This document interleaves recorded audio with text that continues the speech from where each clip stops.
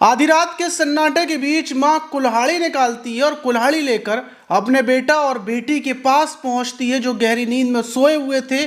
और उस कुल्हाड़ी से सबसे पहले अपने बेटे की गर्दन पर पूरी ताकत से वार करती है। भाई बेटे की आंख तक नहीं खुल पाती और उसकी गर्दन धड़ से अलग हो जाती है। जैसे ही बेटी की आंख खुलती है फौरन मां कुल्हाड़ी से अपनी सगी बेटी के ऊपर, अब आप सोच कर देखिए, सगे बेटा और बेटी के ऊपर मां कुल्हाड़ियों से ताबड़तोड़ हमले कर रही थी। आधी रात के सन्नाटे में चीखों की आवाज निकलने से पहले ही दब जाती है और मां कुल्हाड़ी से ताबड़तोड़ हमले कर कर अपने बेटा और बेटी के टुकड़े से कर डालती है और फिर उसी कुल्हाड़ी को अपनी गर्दन पर मार लेती है। लेकिन मां की मौत नहीं होती। आधी रात को खलबली मच जाती है, पुलिस मां को गिरफ्तार कर लेती है। लेकिन जब इस घटना का खुलासा होता है कि आखिर मां ने अपने सगे बेटे और बेटी की इतनी खौफनाक तरीके से क्यों हत्या की, क्यों अंजाम दिया, तो इसको सुनकर आपकी रूह कांप जाएगी। और ये घटना आपके लिए सुनना बेहद ज़्यादा ज़रूरी है, क्योंकि ऐसी घटनाएं हर घर में हो सकती हैं अगर इंसान ज़रा सा ध्यान ना दे और अगर अपनी गलतियों को ना सुधारे। तो चलते हैं और जानते हैं कि आखिर कौन सी गलतियां थी जिसकी वजह से ये घटना हो गई। तो चलते हैं। तो दोस्तों, मेरा नाम मास है। उम्मीद है कि आप सब अच्छे होंगे, सुरक्षित होंगे। और जो आज की घटना है वो ओडिशा की है और ओडिशा का एक झारसुगुड़ा ज़िला है और उसी ज़िले का एक टागरपाली गांव है। 12 अप्रैल की रात लगभग 2 से 3 बजे का टाइम था कि वहां पर रहने वाला सौरभ, जो अपनी पत्नी रंजीता ओराम के साथ सुकून की नींद सोया हुआ था और उसके दोनों बच्चे बराबर में सोए हुए थे। लेकिन रात के 3 बजे के टाइम पर अचानक से उसकी पत्नी रंजीता अपने पति को उठाती है और बोलती है कि उसको बहुत ज़्यादा पेट में दर्द हो रहा है, उसके एसिडिटी बन रही है, गैस वगैरह बन रही है। ऐसा करो, जो गांव की परचून की दुकान है, क्योंकि गांव में एक परचून की दुकान है और बंद होने के बाद, क्योंकि जो दुकान है वो घर के अंदर है, तो रात के टाइम किसी को भी कोई सामान चाहिए होता है तो वो जाकर गेट पर चाचा जी को आवाज़ लगाती हैं और चाचा जी सामान दे देते हैं। और रंजीता अपने पति सौरभ से ये बात बोलती है कि जाकर ज़रा मेरे लिए इनू ले आओ, बहुत देर से पेट में दर्द हो रहा है। सौरभ नींद में उठता है और उठकर घर से निकल जाता है और जो चाचा की दुकान थी वहाँ पर पहुँचता है, वहाँ से इनू लेता है। सौरभ को जाने में लगभग 10 मिनट लग चुके थे और 10 मिनट के बाद जब वो वापस आता है तो जैसे ही घर में घुसता है तो उसकी चीख निकल जाती है, क्योंकि सामने ही उसकी पत्नी पड़ी थी जिसका गला कटा हुआ था और सामने जो उसका बेटा, जिसका नाम विशांशु, और उसकी जो बेटी है जिज्ञासा, जिसकी उम्र 5 साल है, और बेटा जिसकी उम्र 10 साल है, दोनों जिनके हाथ पैर धड़ मतलब पूरे तरीके से कुल्हाड़ी से अलग से हो रहे थे, वो दोनों की बॉडियां वहां पर पड़ी हुई थी टुकड़ों में। और बराबर में ही पत्नी पड़ी हुई थी जिसके गले से खून निकल रहा था, लेकिन पत्नी की सांसें चल रही थी और कुल्हाड़ी वहीं पर पड़ी हुई थी। फौरन ये नज़ारा देखकर सौरभ चीखता है, पुकारता है, पूरे गांव के लोगों को मदद के लिए आवाज़ लगाता है, क्योंकि सामने अभी वो दुख कर है कि उसके बेटा और बेटी किसी ने उनके टुकड़े कर दिए, या फिर ये देखे कि अपनी पत्नी को हॉस्पिटल ले जाना है, पत्नी का भी गला कटा हुआ है।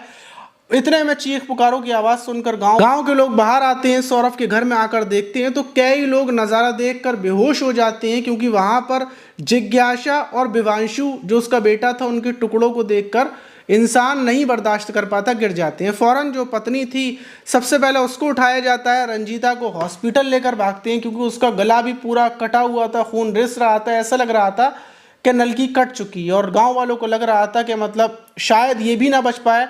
लेकिन हर किसी के दिमाग में सवाल ये था कि आखिर इतने छोटे छोटे मासूम बच्चों के कुल्हाड़ी से किसने टुकड़े किए, क्योंकि कुल्हाड़ी वहीं पर पड़ी हुई थी। और रंजीता के गले पर किसने वार किया।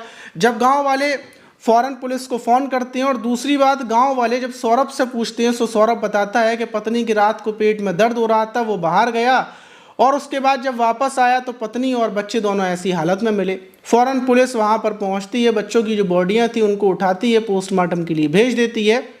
अब ये जो रंजीता थी इसका ट्रीटमेंट शुरू किया जाता है। पुलिस सारे सबूतों को इकट्ठा करती है, कुल्हाड़ी पर लगे हुए निशानों को, फिंगरप्रिंट्स को देखती है तो पता चलता है कि कुल्हाड़ी पर जो फिंगरप्रिंट्स लगे हुए हैं वो रंजीता के हैं, किसी और के फिंगरप्रिंट्स नहीं है। और गले पर जो वार किया गया है उसको देखकर भी यही लगता है कि रंजीता ने खुद वार किया था। अब रंजीता का ट्रीटमेंट होता है और उसके बाद रंजीता होश में आ जाती है। होश में आने के बाद पुलिस सबसे पहले रंजीता से सवाल जवाब शुरू करती है, क्योंकि सारे सवालों के जवाब रंजीता देने वाली थी। उसे ही पता था कि उस दिन उस रात को क्या हुआ, रंजीता ने ही अपने बच्चों की हत्या की या किसी और ने की। जब रंजीता से पूछताछ की जाती है होश में आने के बाद, तो रंजीता रो रही थी, बोल रही थी कि मुझे ज़िंदगी नहीं जीनी, मुझे मरना है, मैंने अपने बच्चों को मार दिया, मुझे अभी मरना है और मुझे मरना है। और ये बोलते हुए वो बेहोश हो जाती है। पुलिस वाले उसके ऊपर पानी डालते हैं। फिर उससे पूछा जाता है कि तुमने अपने बच्चों को क्यों मारा, तुम क्यों मरना चाहती थी, आखिर उसके पीछे वजह क्या थी। तो रंजीता बताती है कि उसकी शादी को 11 साल हो चुके हैं, उसका बेटा और बेटी हैं, ज़िंदगी बिल्कुल ठीक ठाक चल रही थी, लेकिन जो उसका पति है वो कामकाज नहीं करता। दोनों बच्चे पढ़ने बिल्कुल नहीं जाते, क्योंकि जो बेटा है विवांशु वो तो इतना बड़ा हो चुका है लेकिन स्कूल नहीं जाता, क्योंकि ड्रेस के पैसे नहीं है, फीस के पैसे नहीं है। जब मैं पति से बोलती हूँ तो वो ये बोलता है कि दोनों बच्चों को तूने पैदा किया है, तू इनको पाल, इनको तू पढ़ा, तू कामकाज कर, इनकी देखभाल कर। और जो बच्चे हैं वो पूरे दिन मुझे परेशान करते हैं, उनको थोड़े बहुत पैसे चाहिए होते हैं, वो मेरे पास है नहीं है, बच्चों के कपड़े लाने के लिए पैसे नहीं है। और इसी बात को लेकर आए दिन विवाद हुआ करते थे। और ये जो सौरभ है ये पूरा इल्ज़ाम मेरे ऊपर रखता था, ये बच्चों की देखभाल नहीं करता था, और इसी बात को लेकर रोज़ाना लड़ाइयाँ चल रही थी। और उस दिन 11 अप्रैल को भी दोनों के बीच बेहद ज़्यादा लड़ाई हुई थी। यहाँ तक कि जो सौरभ है, सौरभ ने अपनी बेटी और बेटे दोनों की बेहद ज़्यादा पिटाई की थी।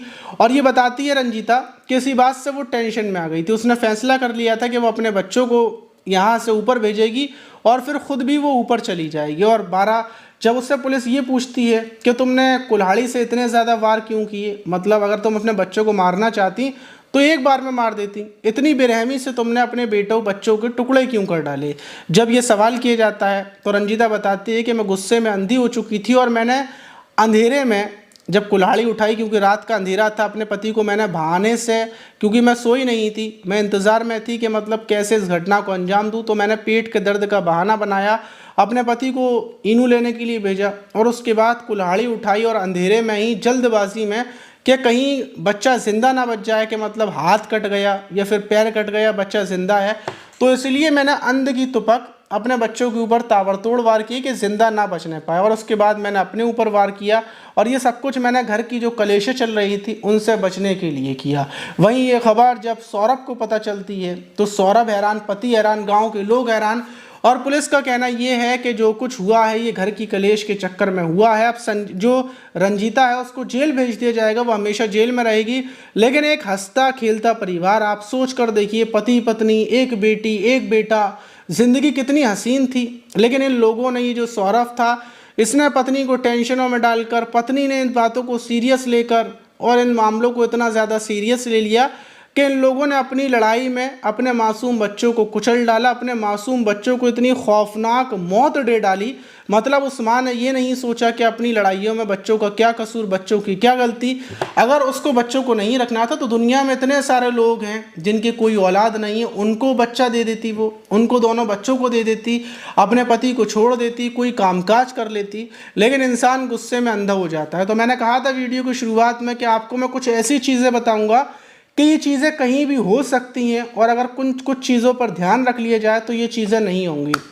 देखिए, जो पहली चीज़ है, सबसे ज़्यादा मतलब 99% जो परिवारों में कलेश होती है, पति पत्नी में लड़ाई झगड़े होते हैं, 99% पैसे की वजह से होते हैं। क्योंकि पति काम नहीं करता, घर के खर्चे ज़्यादा हैं, फिर पत्नी को वो पैसे देता है, पत्नी से सवाल जवाब करता है और इसी बात को लेकर दोनों के बीच बहस हो जाती है। तो सबसे बड़ी चीज़ कि आप पैसे को कमाएं, मतलब कहीं से भी कर कर अपने पैसे को कमाएं। अगर आप पैसे को कमाएंगे तो ये समझ लें कि आपके परिवार में सुकून हो जाएगा। दूसरी चीज़, एक दूसरे के बीच ज़्यादा बहस, ज़्यादा मतलब ये कि हार जीत वाला मामला ना रखें। अगर कभी पत्नी को गुस्सा है तो आप ठंडे हो जाएं, अगर आपको गुस्सा है तो पत्नी ठंडी हो जाए। तो यही चीज़ें होती हैं, इसी से ज़िंदगी बिल्कुल ठीक ठाक होती है। थोड़ी बहुत गुस्से को, लड़ाई झगड़ों को थोड़ी देर के बाद भूल जाएं, अपने दिमाग में घुमा कर ना रखें, तो इन चीज़ों से आपका परिवार भी सही रहेगा। और ये जो मैंने बात बताई है, ये वो बात बताई है, अपने पेट से बात नहीं बताई है, मैंने वो बात बताई है कि ज़्यादातर जो मसले बनते हैं इन्हीं चीज़ों की वजह से बनते हैं। तो आप इस घटना पर क्या बोलेंगे और आपके हिसाब से पति पत्नी के बीच क्या चीज़ होनी चाहिए जिसकी वजह से विवाद ना हो? कमेंट बॉक्स में अपनी राय भी ज़रूर बताइएगा। मिलते हैं किसी और वीडियो में, जब तक के लिए अपना ख्याल रखें, सुरक्षित रहें, सावधान रहें।